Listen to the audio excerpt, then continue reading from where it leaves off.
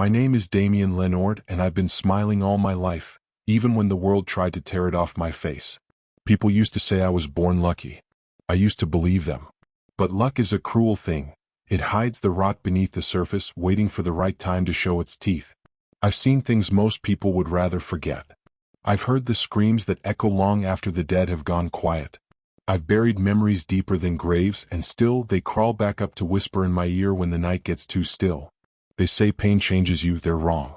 It doesn't change you, it reveals you. It showed me what I really am.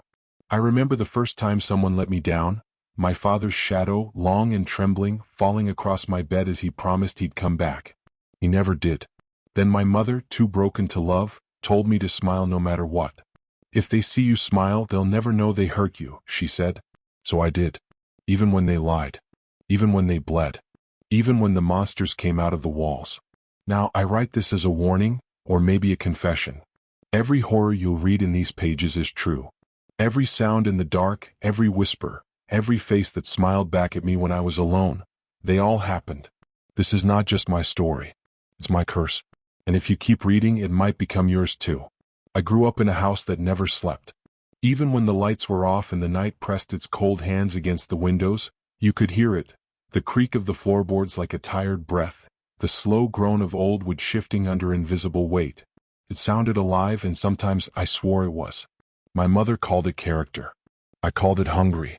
She'd sit at the kitchen table every night, chain smoking and staring at the door, like she was waiting for someone to come through it, someone who never did.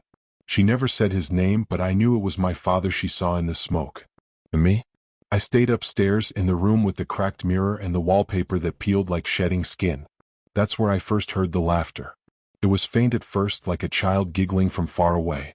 I thought it was the neighbors. But when I looked outside, the street was empty. The sound came again, closer this time, beneath the floorboards. A light, cheerful laugh, like something enjoying a joke I couldn't hear. I called out for my mother, but she didn't answer.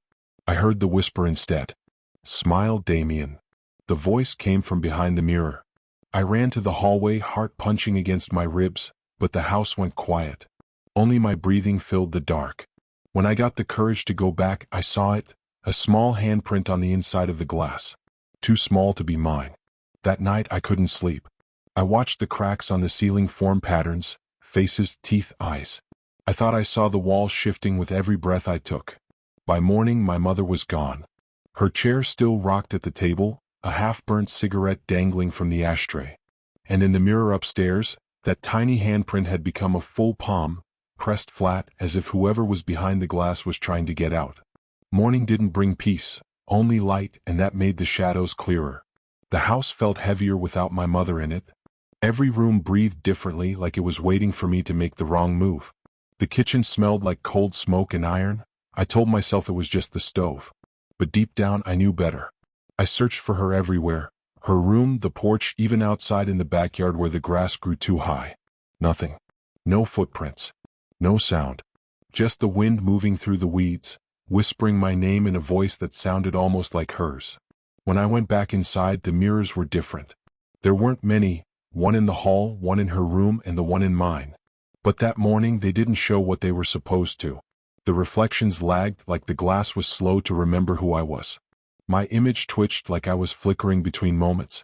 And in my mother's mirror, I saw two of me. One stood behind the other, smiling. I didn't smile back. That was when I noticed something written across the bottom of the glass, smeared in something dark and dried. I leaned closer and read it. "Keep smiling, Damien. It sees you when you stop." I froze. I didn't remember writing that. But the handwriting, it looked like mine. That night, I nailed a blanket over every mirror in the house. The sound echoed through the halls like gunshots. I thought that would help. I thought I could make the watching stop. But around midnight, the nails began to creak. Then one fell out. Then another. The blanket slid to the floor, and there it was, the mirror. The glass rippled like water. A pale hand pressed against the inside. His fingers were too long, too thin. I could see a grin behind it, wide and trembling. It whispered through the glass, voice slick and wet. "Smile for me." I couldn't move. My lips quivered. My reflection lifted its hand, slow, careful, and when I didn't mimic it, the mirror cracked. Not from the outside. From within. The grin behind the glass stretched until it split, and something started clawing its way out, black and glistening, its eyes like open wounds. I ran. But no matter which room I entered, every mirror showed the same thing, me standing there, smiling that same impossible smile. And behind each reflection, the shadow moved closer. They say hell is other people. I think hell is remembering them. After my mother disappeared, I learned what people were really made of: lies, promises, and teeth. Everyone smiled to my face, told me how sorry they were, how they'd help me through it. But I saw the truth in their eyes: pity, fear. The way they looked at me like I was something cursed. Maybe I was. The police came, asked questions they already knew the answers to. They said she probably ran off. People break sometimes. But they didn't see what I saw. They didn't hear the voice that whispered from behind the glass. The nights got longer after that. The mirrors never stopped humming. And when I finally left that house, when I thought I could start over, I realized I had carried it with me. Every reflection in every window followed me like a hungry ghost. I tried to build a life. I found people. A woman named Alyssa, she said she understood pain, said we could be broken together. I believed her. God help me, I believed her. But broken people don't heal each other. They cut each other deeper. She lied. She cheated. And when I found out, she looked at me with that same twisted pity, the same look my mother used to wear before she vanished. That night, I saw death again, not hers, not mine, but something between us. A shadow standing behind her reflection, grinning wide. I told her to leave, but she laughed. She said I needed help, that I was seeing things. Then the lights went out. When they came back on, the mirror behind her was cracked from corner to corner, and she wasn't laughing anymore. She was staring into it, eyes wide, whispering my name like she was seeing me for the first time. Damien, he's smiling. I pulled her away, but the reflection didn't move. It just smiled wider, blood seeping from the crack down its face like tears. Then, slowly, it raised a hand and pointed, not at her but at me. That was when I understood. The horror wasn't in the house. It was in me. Every liar, every cheater, every soul that betrayed me, they weren't victims. They were offerings. The reflection fed on them. It wanted me to keep finding them, the broken, the deceitful, the faithless. It wanted me to smile while I watched them fall apart. And I did. For the first time in my life, my smile felt real. I stopped sleeping after Alyssa. Sleep meant mirrors. Mirrors meant faces. And faces meant him, the thing that smiled when I didn't. At first, the demons only came in dreams. Shadows with teeth, voices that sounded like old friends twisting my name until it broke. But soon they began to follow me into waking life. It started with reflections in puddles, in windows, in strangers' eyes. Faces that weren't mine looking back, grinning, whispering. The air around me would grow heavy, like the world was holding its breath. Then came the shapes. They hid in corners, behind street lamps, under doorways. Blacker than the dark itself, with long, bending limbs that never seemed to stop moving. I'd catch them crawling across ceilings, pressing their faces to the glass whenever I turned away. And always they smiled. I began to see them around people too. The liars, the cheaters, the ones who wore masks like I used to. Each of them had a shadow clinging to their backs, whispering in their ears. The demons didn't chase me anymore, they followed them. I thought maybe they were showing me the truth. Maybe they were teaching me what people really are. But then they started to look at me. Staring. Waiting. One night, I walked past an old store window. The reflection didn't show the street behind me, it showed a dark room filled with dozens of those smiling things. Their eyes glowed like dying stars.